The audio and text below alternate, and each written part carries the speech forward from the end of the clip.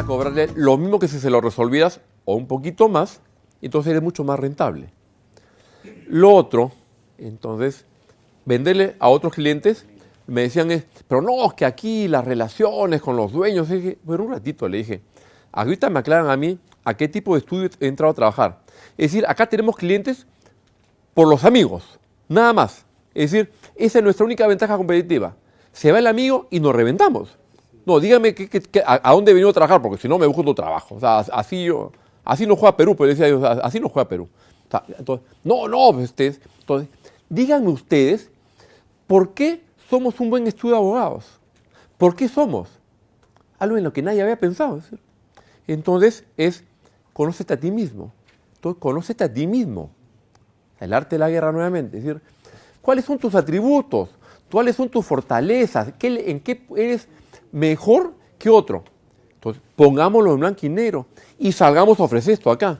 Oye, yo tengo esa... No voy a hablar mal de mi competencia, pero decir, esto, mira, yo no digo que este sea malo, pero sí te digo, yo soy mejor. ¿Ya? Entonces, por tal. Entonces, salir a ofrecer estas cosas. Entonces, uno sí consigue jalarse, por decir, mucha gente está con la voz porque ya maneja los casos. Entonces, eventualmente están dispuestos a agarrar, vamos a tratar, a ver, te doy este casito que tengo por acá. Y si uno realmente es bueno, la cosa es cuestión de tiempo y uno termina capturando al cliente. Y así funcionan las cosas. Así se construyeron las cuentas. Lo tercero que ocurrió, que eso, o sea, ahí me respondieron yo les decía que vender cosas diferentes. Pero no, me dijeron, nosotros vendemos servicios legales.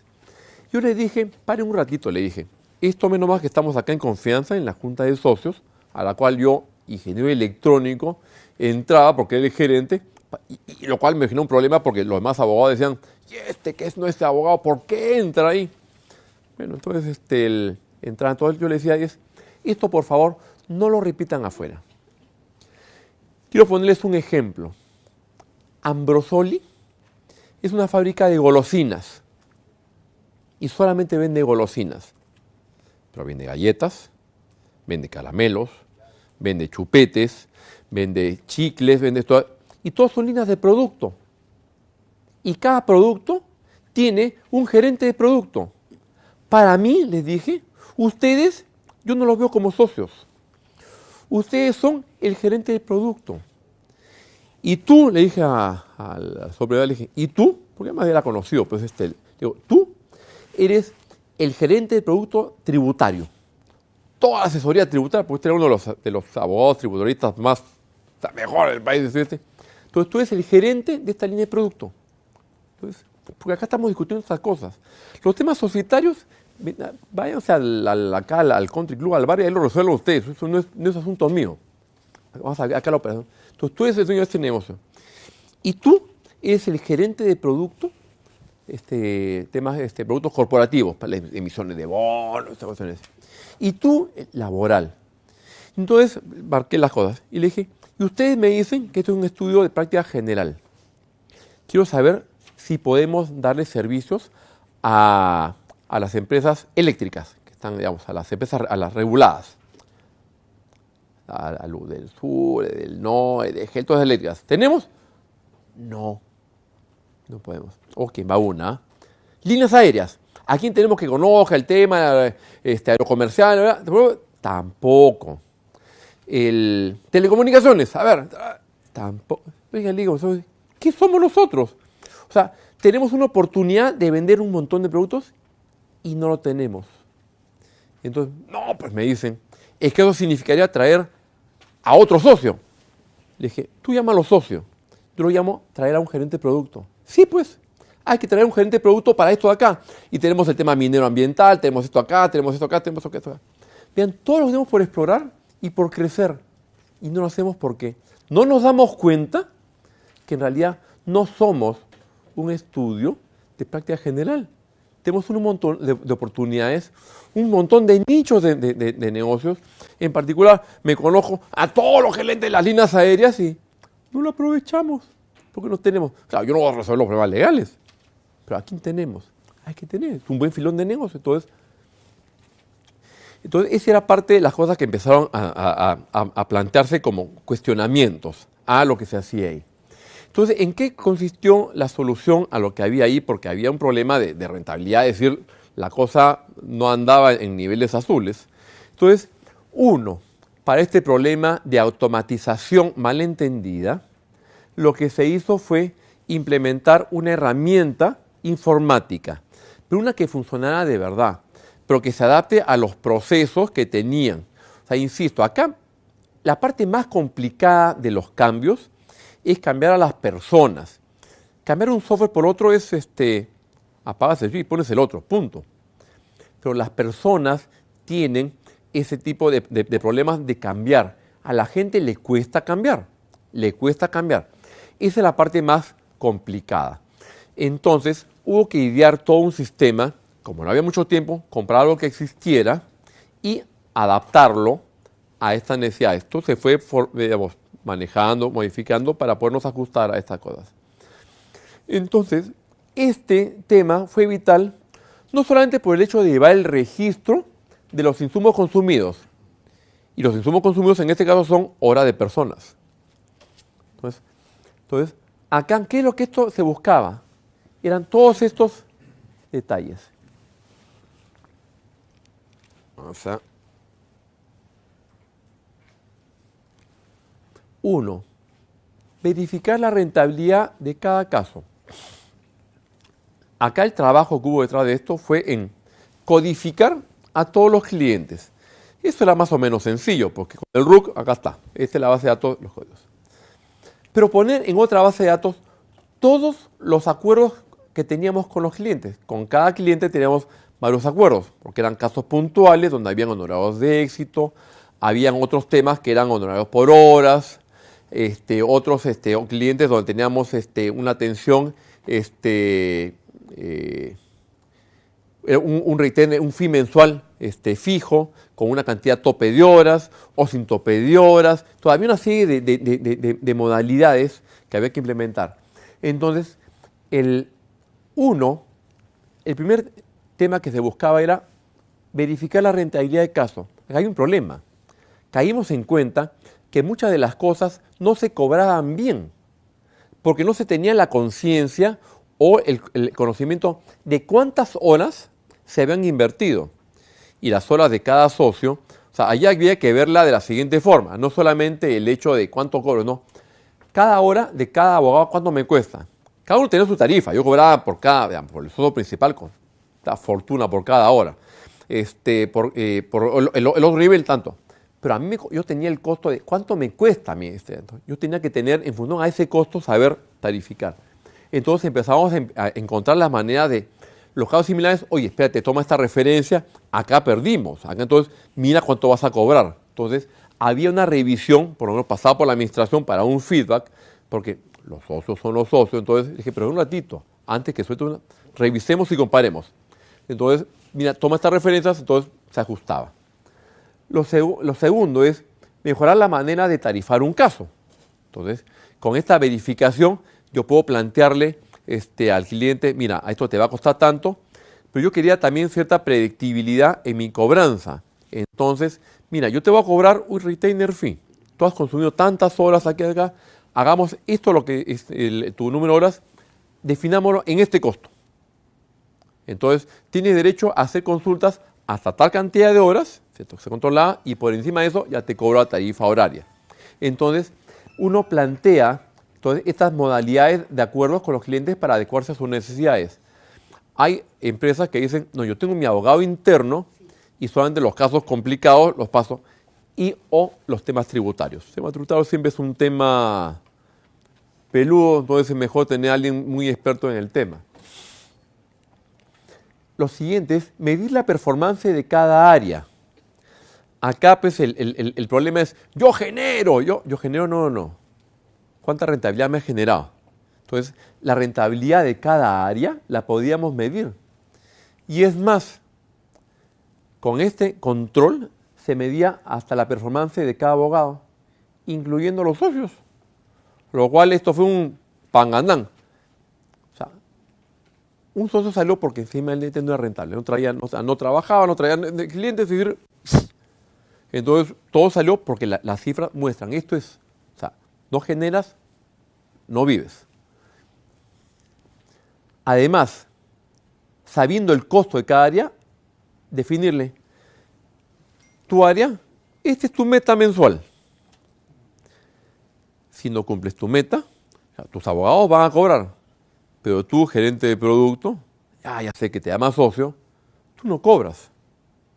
Tú no cobras, pues. Entonces, cuando uno aprieta las cosas, obviamente estas cosas no fueron sencillas de implementar. Mira, esto fue un tira de afloja, ponerme vaselina todas las mañanas para que me revale lo que me dijeran. No, pero ponerle metas, o sea, que la gente le duela. O sea, si no consigues, porque siempre los estudios de abogados siempre son rentables, porque siempre tienen un success fee, un monto que de pronto pues un caso pues tributario, entonces, ¡fum! Lluvia de millones. Entonces, te cubre. Pero eso no viene todos los días, pues. Y no hay predictibilidad. Puede demorarse un mes, puede demorarse pues un año. Entonces, el asunto aquí era, esta es tu meta, esta me la cubre. Entonces, como a veces no había caja completa para pagar los otros, entonces, el que no cubre, no cobra. Bueno, yo lo paso. Entonces, estas cosas empiezan a apretar. Entonces, el poner sentido de, tienes un objetivo que cumplir, y si no lo cumples, te van a colgar en tu casa porque no llevas sobre. Entonces, funciona de esta manera. Esto permitió además tener un incentivo para facturar rápido, porque ya esto de que reviso, esto me lo van pasando, déjenlo ahí, lo reviso. Como locos, estaban, oye, al otro que se apure. El tema se resolvió además de otra forma. Los papeles ya no viajaban físicamente, ¿no? Que cada socio le aparecía en su pantalla los temas que él tenía que revisar que correspondían a su área. Y entonces, efectivamente lo revisaba y mandaba factura al toque. ¿Sí? Había que facturar. Entonces ya presionaban a la administración para que facture rápido. ¿Cierto? Y si uno factura más rápido, cobra más rápido. Imagínense, pues, cobrar 3 meses antes el monto. Imagínense el efecto financiero que tenía este tema. Es decir, era una locura. Entonces, ¿cierto? Y entonces se creó una cultura de mayor competitividad. Esto no fue gratis, esto costó su esfuerzo. Porque para poder facturar, ¿qué ocurría? Cuestiones mágicas. Todos los abogados tenían que reportar todas sus horas, desde que entraban a las 9 hasta que se iban a las 6. Todo lo que hacían tenía que estar reportado, todo. Si leyeron el peruano, había un código de servicio que decía, leí peruano. Me fui a dictar clases. Vi este caso, que ya todos los casos estaban con un código, entonces todo está metido. Todos tienen que reportarlo. Había ciertas reglas. O sea, el tiempo dedicado a clientes deberá superar 138 horas, yo no me acuerdo, una cantidad de horas. Entonces, o sea, si alguien estaba menos de decir, me estás tonteando, me estás relojeando. Entonces, había que esa cosa, pero todo lo reportaban. Terminado el mes,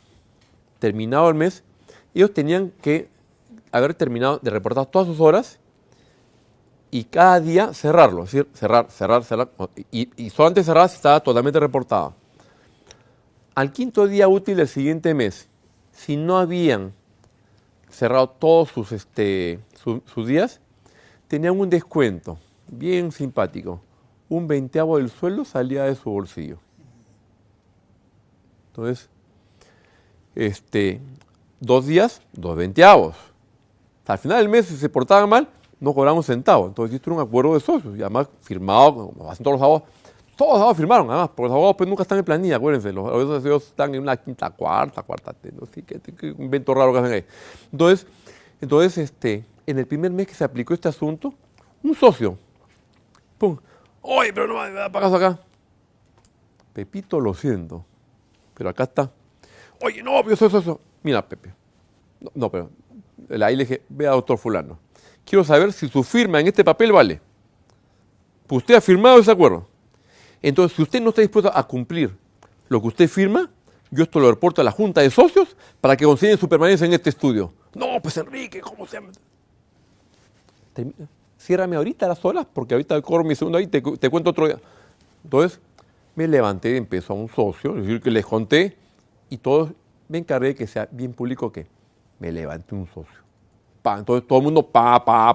La primera vez, claro, varios, esta cosa hay que hacerlas también con un poquito de dolor, pues, para que las cosas funcionen. Pero entonces, el tema es, a veces, o sea, no solamente cambiar a las personas es difícil. O sea, uno no va y le dice, lo que ustedes tienen que considerar, que entonces la eficiencia del estudio, es decir, ¿sabes? Paso electroshock ahí, entonces, ¡pam! Entonces ahí a veces camina un poquito más rápido. Entonces, esto fue lo que se hizo con respecto a esta herramienta, que permitía hacer todas estas cosas y hacer unos análisis muy prácticos y además ver quiénes habían contribuido además a hacer crecer el estudio porque habían dedicado horas o habían traído clientes, para más esto se medía y permitía hacer promociones. Entonces, los abogados cuando entran pues son el abogado junior, el abogado el no sé cuánto, el abogado senior, y después como militares van subiendo de grados. Entonces, ¿cómo lo vas midiendo? Entonces, mides tus resultados. Y eso salía ahí. Entonces para hacer las promociones, a ver, oye, ¿cómo venía? Entonces yo hacía recomendaciones, oye, pues tiene pasta de generar, ¿no? Y antes que se lo jalen, levántalo para arriba. Este ya tiene una cartera de clientes propia, antes que se lo lleven, porque parte del problema que había era, había una demora en las promociones, y había un estudio de abogados que se los pelaba a los abogados. Se los pelaba, se los llevaban. Entonces, antes que se lo lleven, suben una vez como socios. O sea, entonces ya es otro estatus, ¿no? Y ahora me mira y me dice, ¿y eso significa que tienen que ser ineficientes? Listo, se acabó el mundo, es decir, las cosas a partir de ahora, todos funcionan igual. Todos tienen que ser eficientes, todos tienen que dar resultados. El que sea con fines de lucro o sin fines de lucro, significa que reparto dinero o no lo reparto, lo reinvierto. Pero el resto tiene que ser eficiente. Es decir, digamos, otra anécdota. Yo presido una institución que se llama el ICACIT, que se dedica a la acreditación. Está de moda pues, el tema de la acreditación. Específicamente a carreras de computación, ingeniería y tecnología, bajo estándares internacionales que están buscando reconocimiento internacional, con todas esas cuestiones. Me fui al Cusco en el Paraninfo, había varias universidades, eran como 150 personas. Yo pues, cuando recién comenzamos este tema, con el ingeniero Valdés, entonces una persona me dice, pero ingeniero, ¿cómo vamos? Siempre las banderas, ¿saben? ¿No? Se enarbolan. ¿Cómo vamos a dedicar dinero a la acreditación cuando ni siquiera tenemos recibimos dinero para hacer investigación? Ya, dije, tiene usted razón, pues, las universidades hacen investigación, pero ¿para qué quiere hacer investigación? No, las universidades tienen que hacer investigación. Sí, yo sé, las universidades hacen investigación, pero ¿para qué? No, porque tienen que hacer.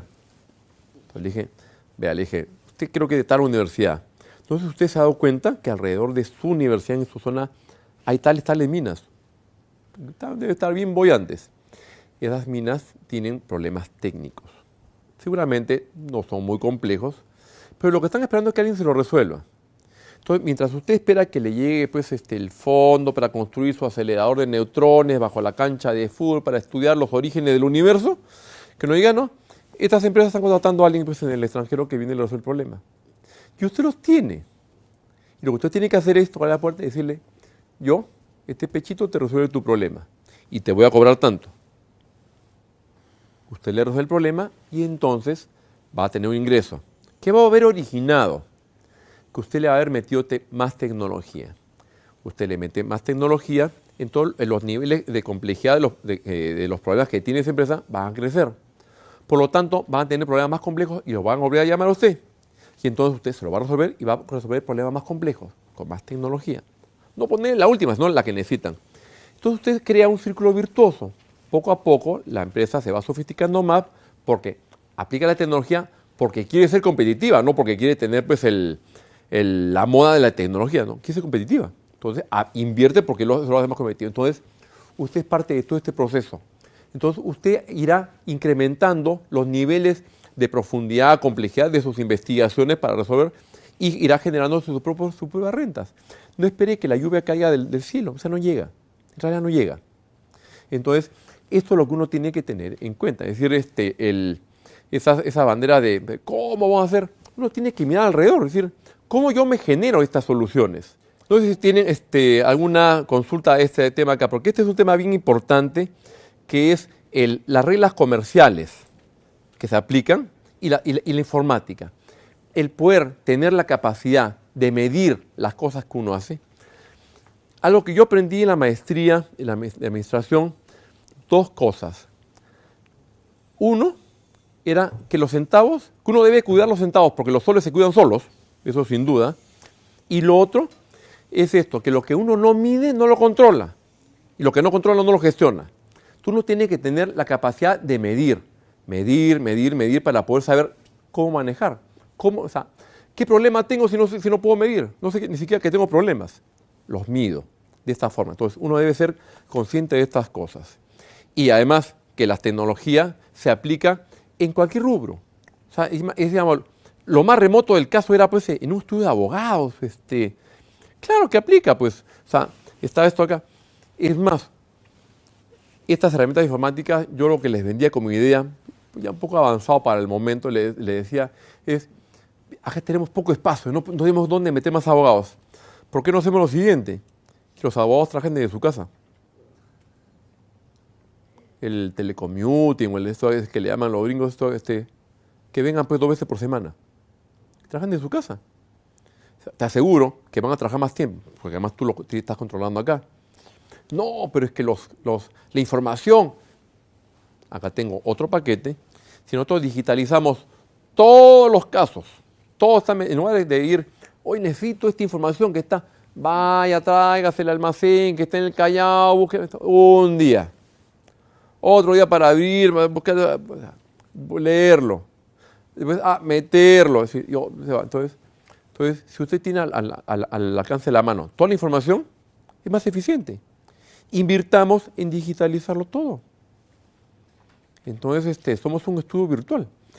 Este estudio cambió, para que vean los cambios que se hicieron, es de fulano, de tal, y abogados, se llamaba y compañía. Cosa rara para un estudio de abogados. Era tal, y compañía. La compañía, un estudio de abogados que se llamaba compañía. Entonces yo le decía que mi sueño era convertir esto en una sociedad anónima. Con lo cual, muy difícil que llegara a esa situación. Me decía, ustedes tienen que crear valor. Porque al final los estudios de abogados agarran, exprimen la naranja, pero como limón de molientero. Al final ellos no quedan nada. Entonces, hagan valor, hagan patrimonio. Y ya que se van, yo salgo, pero vendo un patrimonio. Y el nuevo socio que quiere entrar, tiene que pagar por ser socio. O sea, está comprando una participación en una sociedad anónima, pues, acciones. Entonces le decía que pero en fin, esa era visiones medias osadas para esto. Bien.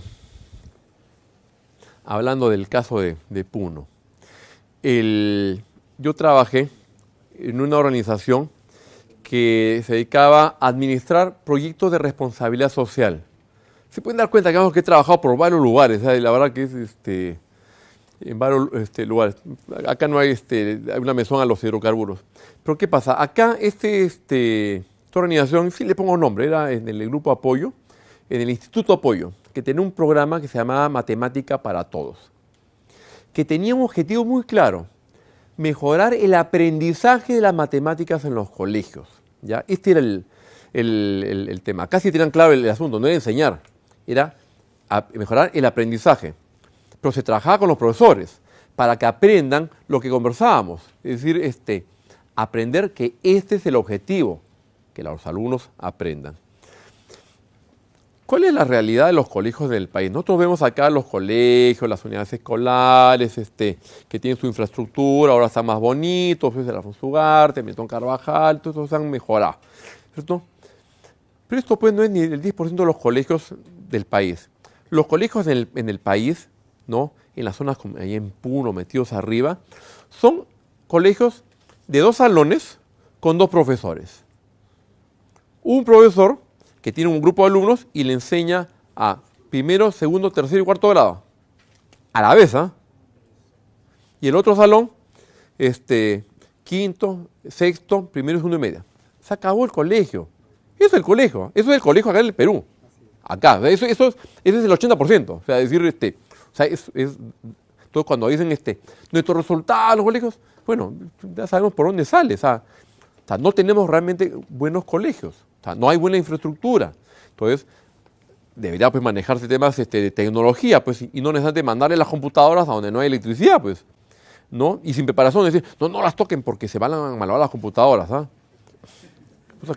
Cosa que yo he visto, ¿ah? No las toquen, es decir, cuando alguien decide abrirlas, ya están obsoletas las computadoras, en fin. ¿Qué es lo que había en este tema? ¿Qué es lo que a mí me contrataron por un tema muy puntual? Entonces, ¿qué es lo que había? Había una dificultad, que es lo que yo encontré, en mostrar que los aportes de los sponsors son correctamente aplicados. ¿Qué es lo que pasa? Lo que se buscaba es que una empresa pusiera una cantidad de dinero para ir a los colegios de su entorno, ¿cierto? Y para entrenar a los profesores en mejores técnicas de enseñanza para mejorar el aprendizaje. ¿Ya? Es lo que hacía. Pero el tema es, se les pedía una cantidad de dinero, y no tenían muy claro, pero ¿por qué me pides esto? Entonces, no había una respuesta muy clara. El por qué me pides tanta cantidad de plata. Entonces, como era muy difícil mostrar que los aportes eran adecuadamente aplicados, al final del año siempre había un mecenas que ponía la plata que faltaba. Al final siempre faltaba plata, ¿ya? Pero el asunto es cómo saber, a este te cobro bien, a este le cobré mucho, a este cobré poco. O sea, no había una manera muy clara de hacer las cosas, ¿ya? Entonces, pero ya más o menos, no es que se cobraba, digamos, o sea, pero digamos, no podía yo explicar, o no se puede explicar es por qué te cobro esto. ¿Ya? Entonces, eso era difícil convencer a los sponsors de seguir apoyando el proyecto. Cada año era pues ir, rogar este asunto. Yo estuve ahí solamente los últimos 6 meses de un año, porque me fui para un tema muy puntual. Entonces, para entender el problema he tratado de ordenar esas cuestiones. Entonces, ¿qué pasa? En algunos casos se pedía, el demasiado era un poquito más de lo necesario, y en otros casos se pedía poco. Es decir, entonces, al final una cosa se mataba con la otra. Entonces, ¿cuál es el problema acá? Yo siempre insisto que hay que detener los problemas. El problema, o sea, la causa del problema, era la poca racionalidad en mostrar los costos reales del proyecto, originando desconfianza de los sponsors. Es decir, no había un proceso formal para presupuestar lo que costaba el proyecto, para aplicándole ciertos márgenes de seguridad, que había que aplicarlos, o sea, necesariamente, pudiera tener esa transparencia y decirle, tú tienes esta cantidad de colegios, con esta cantidad de alumnos, con esta cantidad de profesores, entonces esto implica tal.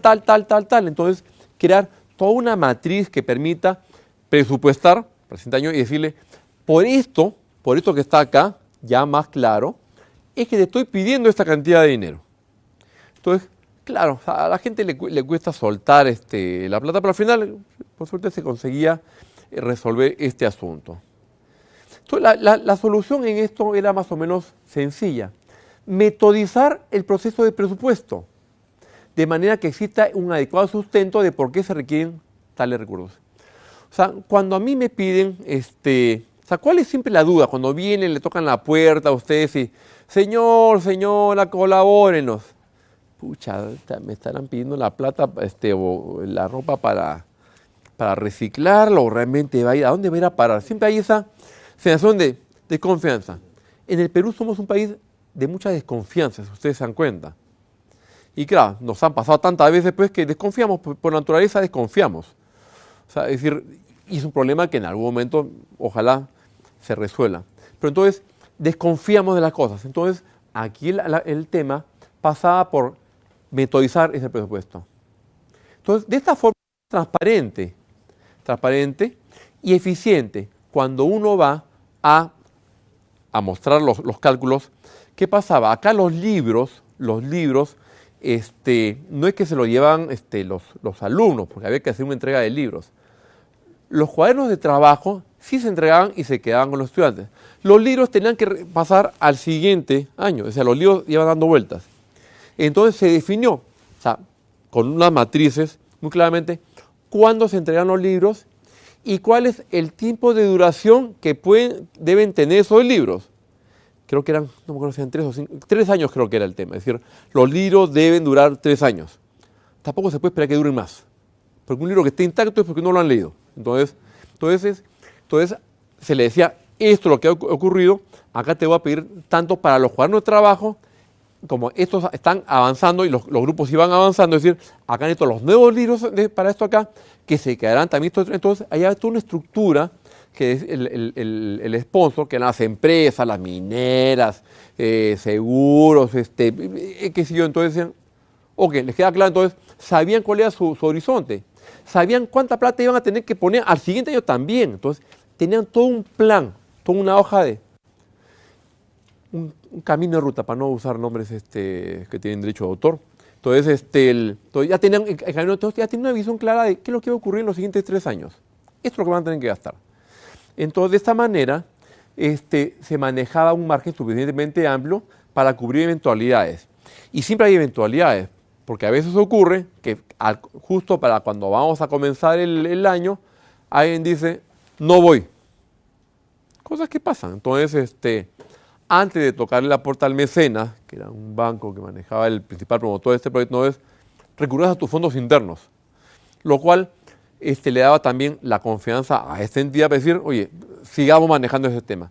Era un buen proyecto que además tuvo buenos resultados. Se hacían comparaciones de los resultados que habían. Los resultados no eran buenos en los resultados, pero se establecían líneas base y se comparaba contra colegios que eran cooperativos que no tenían el apoyo. Y siempre el resultado era mejor. O sea, decían, sí había un resultado que se mostraba. Entonces, pero en fin, habían estas restricciones de las que conversaba, de infraestructura, que ya no lo podía resolver el programa. Pero entonces, el tema de presupuesto, y acá lo resalto porque es parte de lo que después vamos a comentar, lo que uno tiene que tener claro. Entonces, cuando uno hace un proyecto, debe tener claro cuánto es lo que se va a gastar, cuál es la expectativa de retorno. En este caso, pues no había el retorno, el ingreso era lo que iban a poner los sponsors, pero tiene que estar muy bien controlados los costos para que exista un margen suficientemente adecuado para vivir sin problemas. Pero entonces, el presupuesto parte en cualquier organización, es decir, esto es lo que voy a vender, este producto, y esta es mi expectativa de venta. Es decir, cuando ustedes piensan en una empresa como Toyota o Nissan, ¿ellos de dónde parten? Mi expectativa es que voy a vender tal cantidad de unidades de este modelo y tal de esto de acá. Y planifico todo el año toda la producción, porque no es que voy a producir sobre la demanda. No, yo solo a producir. O sea, en la industria automotriz, si no produzco en masa, colapso. Es decir, tengo que tener economía de escala. Entonces yo comienzo a producir. Y entonces yo produzco porque tengo esa expectativa. Entonces yo defino esta es mi expectativa de venta. Por lo tanto, esto es lo que necesito yo como costo de insumos. Por lo tanto, esto es lo que financieramente voy a necesitar, créditos bancarios y parte de resultados de ejercicios anteriores. Entonces, en función a esto, la parte de producción se programa en qué plazo lo va a producir, en qué plantas del mundo. Entonces, hay toda una secuencia que parte por tener esto muy claro. El presupuesto tiene que ser muy cercano a la realidad. No va a ser exacto nunca, pero tiene que tener una gran dosis de realidad. Los supuestos tienen que estar bien plasmados para que esto finalmente no haga colapsar a la empresa. Uno, no puede ocurrir que nos quedemos sin carros para vender y no puede ocurrir que nos quedemos con un montón de carros sin vender. Al final, ambas cosas son siempre graves. Un último casito, el de revisiones técnicas, que es el último que les quería comentar. Las revisiones técnicas, los más jóvenes no se acuerdan, cuando esto se empezó a desarrollar el año 2008, más o menos, comenzó de nuevo esto acá, ¿qué había pasado con las revisiones técnicas? Habían desaparecido 25 años antes. Ese era más o menos el tiempo que había ocurrido. O sea, en el primer gobierno de Alan García desaparecieron y en el segundo gobierno de Alan García se implementaron de nuevo. Es decir, curiosamente, entonces, ¿qué pasaba con este tema? El entorno en toda esta circunstancia había pues un acuerdo municipal, porque hubo pues el inicio, estas empresas, no vamos a ponerle nombres, que iban a desarrollar negocio, las cosas se enrarecieron entre los socios, no caminó, denuncias de un lado para otro, no arrancó el tema a nivel municipal. Y entonces, ¿qué ocurrió? El ministerio, y justo que me hablaba este señor Cornejo, que era el ministro en ese entonces de Transporte, ahora dijo, esto lo vamos a ordenar. Y comenzó de una forma, haciendo una regulación que comenzaba para cierto tipo de vehículos. Se comenzó, y con una buena visión, es decir, vamos a implementar esto de a poco. Primero, vamos sin chocar con esta colisión de la municipalidad, que había un tema medio peludo ahí. Vamos a comenzar con los vehículos pesados. Se hizo toda una regulación, qué sé yo. Después, bueno, él salió, después entró otra persona al ministerio. Entonces, la incertidumbre aquí era si esto se iba a cumplir. Yo recuerdo una reunión en la que estuvimos con la ministra y yo me acuerdo haberle hecho dos preguntas que me miró con cara de odio. Le dije, señora ministra, quiero saberle dos preguntas, nada más que me responda. Uno es si el gobierno tiene la intención de implementar las resoluciones técnicas. Y segundo, si el ministerio va a hacer cumplir las normas. ¿Qué clase de pregunta es esa? Bueno, es una pregunta que viene de mis dudas, le dije, porque yo todavía tengo la oportunidad de apretar el botón y decir al inversor que no mete un centavo. O sea, dígame usted si esto va a funcionar. O sea, pues ustedes salen de una ley, o sea, si esta ley y este reglamento no sale, yo tengo que traer equipos. ¿Para qué traigo un equipo? No va a funcionar. Y lo otro es, ¿se va a hacer cumplir? Es decir, usted va a hablar con la policía para que paren los vehículos y pida revisiones técnicas, porque si nadie va a sancionar por no tener revisión técnica, también es un saludo a la bandera. Quiero que usted me responda a estas dos preguntas. Punto, nada más. Y entonces fue una reunión con todos los demás posibles entidades que iban a entrar para este negocio. Sí, claro, pues entonces al final, entonces, bueno, sí, pues me dijo, sí, claro que sí. Ok, entonces le dije, entonces, con el señor el que iba a invertir, dije, invierte usted, acá tiene usted la palabra de la ministra, usted le ha escuchado, no se lo he dicho yo. Arrancamos, lo primero funcionó, lo segundo no funcionó. Ya y esta era parte de la incertidumbre, decidieron implementar. Si ustedes recuerdan, cuando uno lo paraban, el tránsito, a ver, papeles, a ver, tarjeta de propiedad, brevete y SOAT. A mí casi me llevan detenido supuestamente por desacato. Le dije, oye, un momentito. Y falta, pues le dije yo, ¿falta qué? No, perdón, le dije un ratito. Usted, o sea, ¿por qué no pide la revisión técnica? Oiga, pase. Oiga, no le digo, usted tiene que, oiga, usted que lo lleva preso, lléveme, a ver, vamos a la comisaría. Usted, me tiraron los papeles. Un día pregunté, pasó esto, ahora a veces pasó y bueno, era más exabruptos. Entonces un día le pregunto a un policía, le dije, acláreme un poco la cosa. ¿Usted no pide la revisión técnica? No, me dijo, pero ¿no es obligatorio? Bueno, sí es obligatorio. ¿Pero por qué no la pide? No tenemos orden de pedirla. Pero pues, si es obligatorio pedirla. No, pero no tenemos orden de pedirla. Ah, entendí el mensaje. No había orden de pedirla. ¿Ya? Entonces, entonces esas son las cosas que pasan en este tipo de negocios en las cuales uno tiene que ver. Y acá, el tema de las revisiones técnicas, esto sí que vamos a ver ahorita era armar un negocio de la nada. Es decir, no había nada. O sea, acá no había nombre de empresa, no había local, no había equipos, no había ni siquiera la idea de cómo esto funcionaba. ¿Sí? Así absolutamente de cero. Esto comenzó de cero. ¿Ya? Entonces, para ponernos en auto de qué fue lo que hubo que hacer aquí. ¿Cuál es el problema aquí? Nadie recordaba cómo operaba el negocio. En 25 años, los que sabían de esta cosa ya se habían muerto. Ya no había nadie. Nadie sabía cómo funcionaba este tema. Entonces, había que reinventarlo. Pero obviamente, uno pues no va a reinventar la rueda, pues uno no va a inventar de nuevo la pólvora. Entonces, ¿qué es lo que hay que hacer? Oye, ¿en qué lugares cercanos hay negocios similares? En Colombia, en Chile. Una paseadita por ahí, además, hablando con los posibles proveedores de equipos. Oye, yo tengo acá los equipos para que los veas. Entonces uno va, pues, no necesariamente a ver el equipo, sino a ver cómo funciona el negocio. El negocio.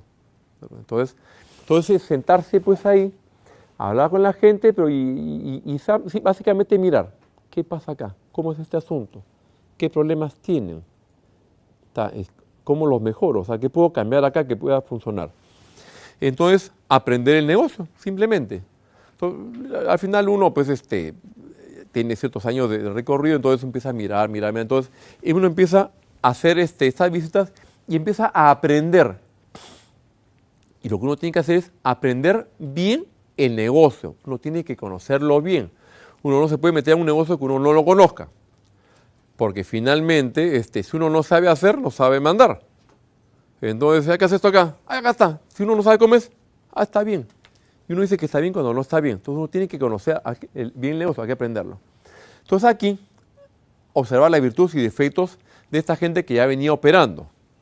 Y entonces acá aplicar ciertos conceptos de ingeniería industrial. Tema de teoría de procesos, tiempos y movimientos, y una serie de cuestiones que tuve que leerlas porque yo no soy ingeniero industrial. Las aprendí también, aproveché de aprender esas cosas ahí.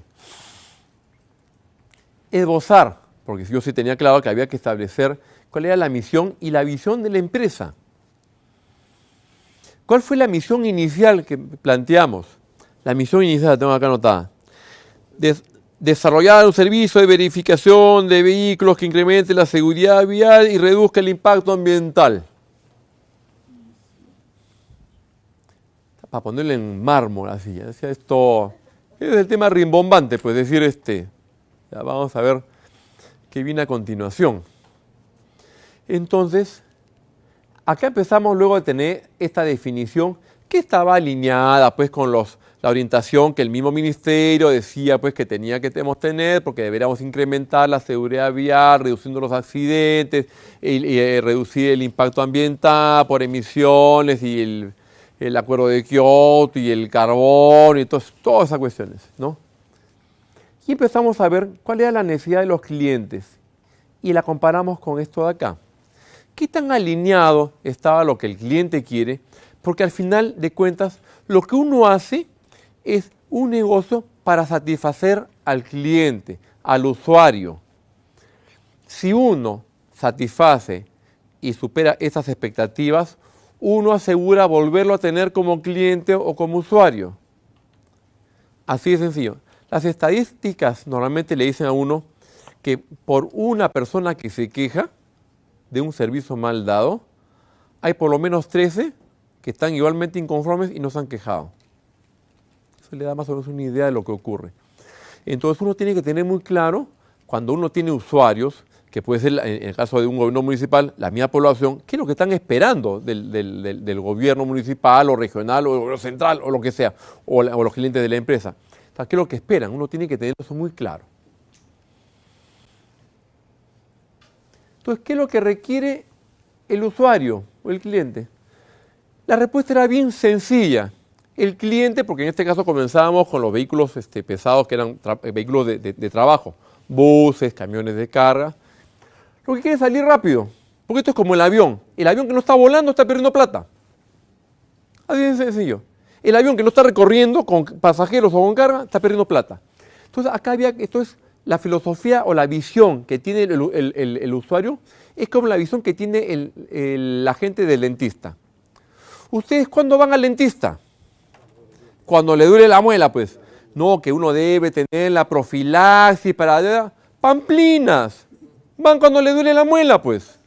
¿Ya? Entonces, ¿y acá qué es lo que hacen esto acá? ¿Qué es lo que ellos quieren? Lo que quieren es no tener la multa. Oye, sácame rápido de acá que no tengo tiempo para perder, porque tengo que trabajar. Entonces, van porque no quieren la multa, porque si fuera voluntario, no van. Entonces, la misma filosofía del dentista. Entonces, acá van porque simplemente no quieren la multa.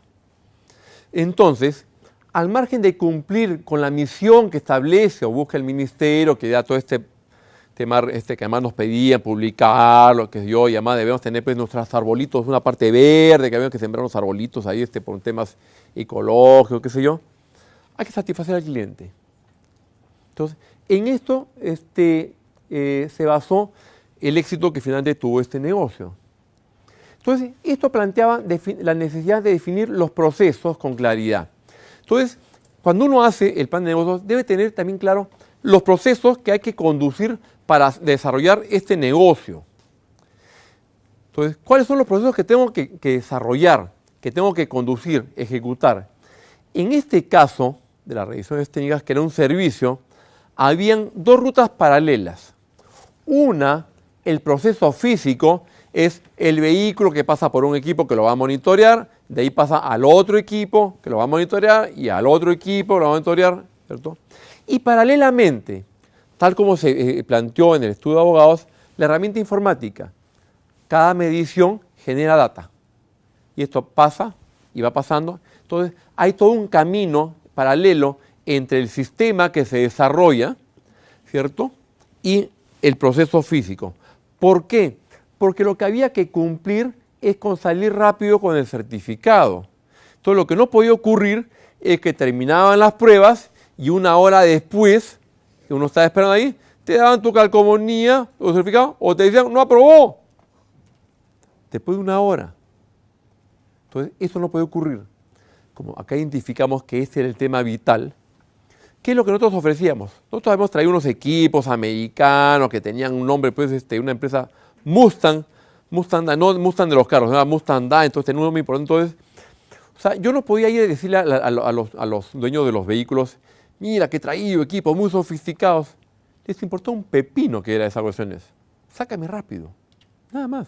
Nada más, es lo que necesitaba. Entonces, había que tener cuidando, pues, la seriedad de las revisiones, que uno no puede agarrar, pues, va dando más, al final te doy, venderte la calcomanía con el certificado.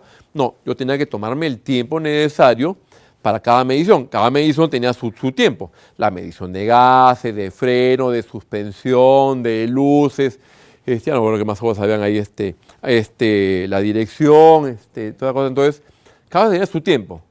Pero más allá de eso, terminaban las pruebas, yo no podía tener una gran cola. Porque si no, eso significaba, alquílate un terreno mucho más grande para contener todos los vehículos que están esperando certificado. Y eso cuesta. Entonces es mejor tener un proceso muy rápido, que pasan aquí, un minuto después, acá está, señor, regrese usted, no aprobó, usted acá está su certificado, su calcomanía.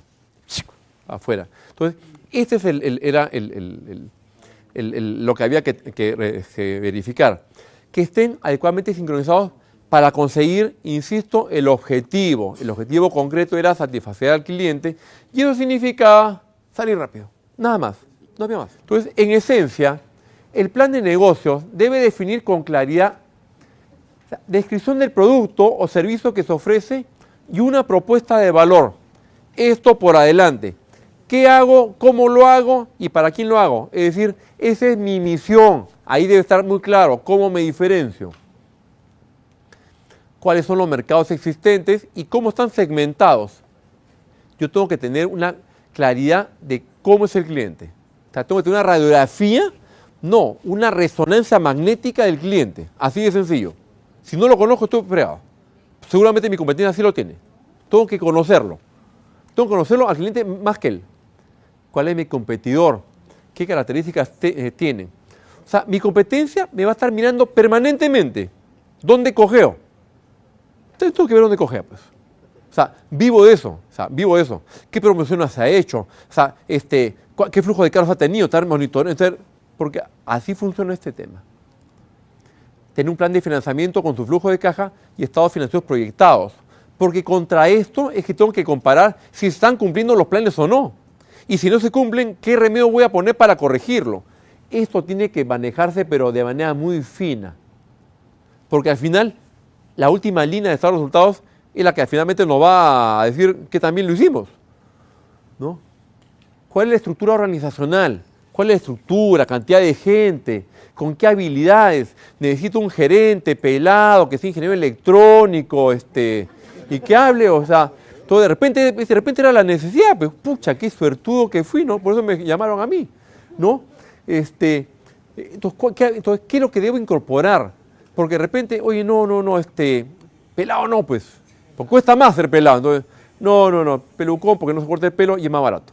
Entonces, al final, no le voy a poner más de lo que necesito, porque más habilidades cuestan. Desarrollo de las estrategias de ventas, de marketing que permitan posicionarse en los segmentos seleccionados. Es decir, yo veo cuál es el mercado, cuál es el segmento y escojo en cuál me voy a meter. No voy a comprarme todas las batallas. O sea, ¿en qué segmento me voy a pelear? Ahí donde yo creo que voy a ser más eficiente, ahí me meto y ahí, pues, Juan, con el sable, ¡juá! Mato, ahí mato.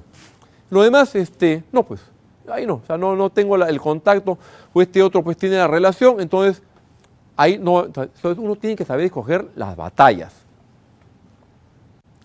¿cierto? Entonces, y ojo con este detalle, ¿ya? Acá hay un tema que hay que diferenciar, voy a poner una empresa que se dedica al rubro cosmético, no voy a poner nombres. Tiene una gerencia comercial, tiene una gerencia de marketing y tiene una gerencia de ventas. ¿Repetición? No, son totalmente diferentes. Esto, y voy a hacerle la comparación, esto es como en la guerra. En la guerra, uno necesita un servicio de inteligencia que va monitoreando la información, dónde se mueven las fuerzas enemigas, dónde lo puedo yo cerrar, dónde le voy a impactar más daño. Información. Eso es, ¿cierto?, el área de inteligencia. Ese es el área comercial. Maneja información. De ahí viene, en la batalla, es decir, necesito al bombardero. Ahí está la isla, a esa la tengo que estar. ¿Y ahora qué hago? ¡Pum, pum, pum, pum, pum, pum, pum! Le meto bombazos. Así. ¿Qué estoy haciendo? Estoy ablandando. Tengo que ablandar, ¿cierto? Esa es la artillería. Entonces, eso es el área de marketing. ¿Qué es lo que hace el marketing? Está bombardeando. Es decir, pum, pum, pum, pum en la cabeza de todos. ¿Para qué? Quiero comprarme una cinta scotch.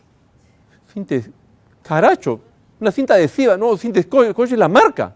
Me compro un BBD, vivir a la marca, es decir, ¿cómo estaría esto interiorizado? O sea, ¿cómo habían bombardeado? Que uno confundía el nombre, el producto con la marca. Entonces, eso es lo que hace el marketing. El marketing no vende. El marketing lo que te hace es, se mete en tu cabeza, ¿no?, para que estés lo que llaman en el top of mind. Estás a decir, cuando te dicen, gaseosa, Inca Kola. Carajo, Inca Kola, ya no hay una vuelta que darle. Inca Kola es, pues. Inca Kola es, Inca Kola no por gusto es el líder del mercado. Entonces, eso es lo que hace, entonces, ese es la artillería, ese es el marketing. El marketing no vende nada. Y después, ¿qué viene? El infante. El infante, el que agarra, se mete ahí y ya, ¡pum!, entra, pues, y mano a mano va y captura la isla. Ese es el área de ventas, ese es el vendedor. Esa es la infantería. El que ve captura, o sea, el objetivo, el cliente. Ese es ventas. Entonces, cada quien tiene su función, es diferente. Ojo con ese detalle. Hay negocios de venta masiva como esto de aquí, o los Tupperware, es que eso es donde, inclusive ni siquiera lo venden en tiendas, es simplemente por manejo de un cliente satisfecho, que es el mío que vende. Entonces, otra cosa que uno debe tener aquí es un análisis de riesgos del proyecto. Es decir, es algo que muy poca gente hace, o en muy pocos proyectos se tienen. ¿Cuáles son los riesgos inherentes del negocio? O sea, y los riesgos inherentes del negocio es que, por ejemplo, es que aparezca otro competidor. O que venga una transnacional, si yo soy una empresa chica. ¿Cómo me defiendo? Tengo que estar preparado. Entonces, ver, o sea, un cambio en la legislación. Me suben el IGB, es decir, un tema de falta de energía eléctrica, es qué sé yo. Todos los riesgos que pueden hacer fracasar mi negocio, tengo que tenerlos mapeados. Y es un estudio que hay que tenerlo. Muy poca gente lo hace, pero hay que incorporarlo, porque tengo que saber en qué casos, o sea, cómo lo puedo paliar, ¿no? Y en qué casos ya sé que no puedo hacer nada. O sea, también, ¿no? Creo que ya me queda un par de láminas más. ¿Cuáles son los principales proveedores? El proveedor, pues, es un elemento estratégico, porque debe garantizarme a mí el hecho de la calidad estandarizada del producto que me va a dar, porque si falla, me hace fallar a mí, ¿cierto? Y además que me lo den en tiempo. ¿Para qué necesito yo estar almacenando si me lo puede traer justo cuando lo necesito? Justo abro la boca de la máquina y ¡chicum! Entró el camión con las cosas. Entonces necesito tener proveedores que se ajusten a mi ritmo de producción. Estos temas como just in time, qué sé yo. Los temas legales, regulatorios y de propiedad intelectual. Los temas estos deben también tenerlos claros. Es decir, los temas legales y regulatorios en los aeropuertos, aduanas, Ministerio de Transportes, lo que sea, ¿cierto? Entonces, todo esto debe estar metido dentro de toda la operación. No puedo salirme de las reglas. Propiedad intelectual, estoy afectando, me estoy apropiando de alguien me va a denunciar porque de repente me asumí algo que no es mío. Todo eso tiene que estar también incorporado en ese plan. Alianzas estratégicas. O sea, ¿con quién me asocio para hacer trabajo más eficiente, con el cual puedo generar sinergias. Definir objetivos a mediano y largo plazo y sus respectivos KPIs, los índices de performance claves, y le llaman Key Performance Indicators. ¿Cómo sé si estoy cumpliendo o no? ¿Tengo que esperar al final del año para ver si el resultado fue bueno o no? No, yo tengo que tener a lo largo de mi proceso cuáles son los indicadores de performance. ¿Los cumplo o no los cumplo? Y si no los cumplo, ¿cómo los corrijo? Tengo que tenerlo eso incorporado en todos mis procesos, porque si no, no me estoy dando cuenta. Es decir, esto como voy a hacer pan y me quedo ahí pensando acá y abro el horno y ¡uy, se quemó! No pues, tengo que estar mirando. Es decir, a ver, cuánto creció la levadura, esto acá, entonces es un ajuste, entonces tengo que tener esas cosas claves. Establecer los factores clave de decisión de los clientes. ¿Por qué el cliente me va a escoger? ¿Porque tengo una máquina más sofisticada o porque lo saco rápido? Entonces, eso es lo que uno tiene que tener claro, es decir, qué es lo que el cliente va a valorar. Y si se trata de un negocio nuevo, ¿cómo lo voy a lanzar? ¿Cómo lo hago conocido? Acuérdense de esta frase, lo que no se anuncia, no se vende. Lo que no se anuncia, no se vende. Y lo que se anuncia mal, no se compra. Última lámina, ¿no? Para terminar, es el... Acá hay otro esquema. Acá separan plan de negocio, plan de marketing y puedo seguir 2 años en este tema. Y finalmente lo que vamos a hacer después, pues ya me dicen que corte, es el sexto caso.